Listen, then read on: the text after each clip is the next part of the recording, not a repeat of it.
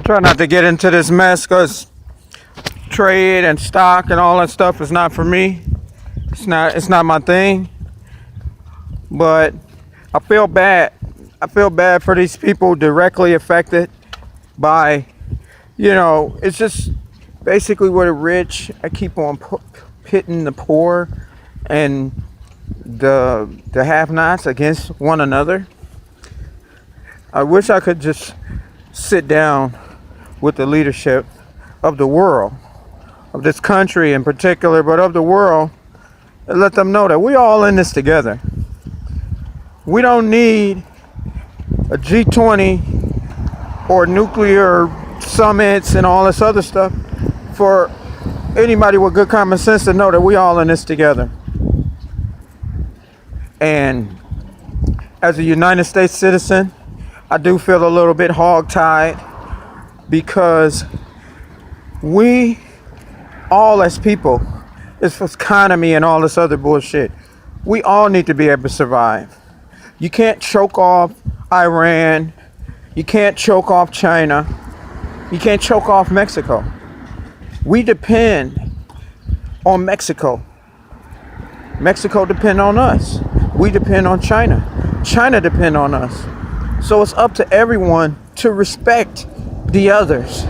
What's made in Mexico ain't made in China. What's made in China might not necessarily be made in Mexico. And we live in a computerized age that's allowed us to desensitize and categorize. And, artificial intelligence is telling, and mathematics is telling our leaders how to proceed. And that's a bit of the scary part.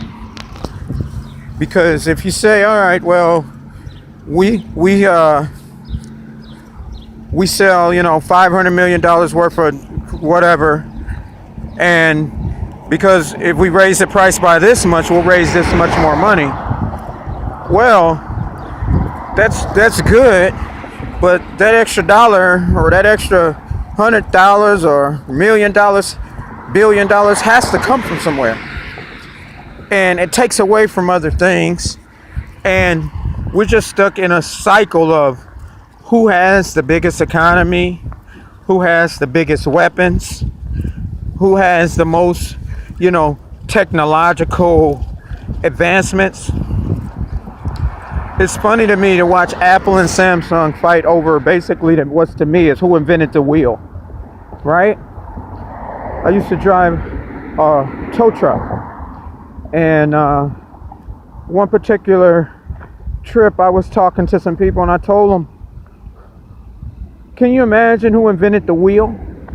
If they came out of the past and looked around today, they would see that wheel everywhere.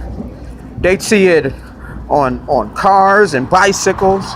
They'd see steering wheels. They'd see sprockets and gears and spokes, and they were seeing that this was a gift to humanity. The wheel was a gift to humanity from nature, or if you prefer, God.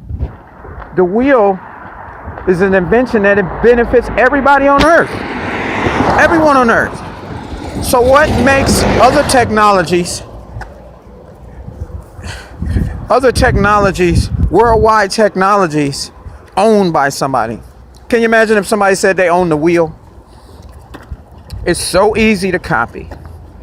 It's so easy to make, duplicate. You're gonna argue about it. I invented the wheel, you can't use that. You spend your whole life chasing lawsuits, just like Apple and Samsung and other companies that design or make similar advancements or discoveries and try to hog it, basically. I invented the wheel, you can't use it. It doesn't benefit humanity. Sometimes I think about when Mercedes-Benz, developed the airbag for cars. Now it's in every car. This is life-saving technology. How can you put a tag on it, a price tag on life-saving technology? Same way, how can you put a price tag on survival? Yeah, I understand that the commerce and business needs to take place and it needs to be protected and it needs to be fair. But there are some things that just belongs to the world. And by men and their companies and their governments hogging them up, they're putting us all behind. Thanks for your time.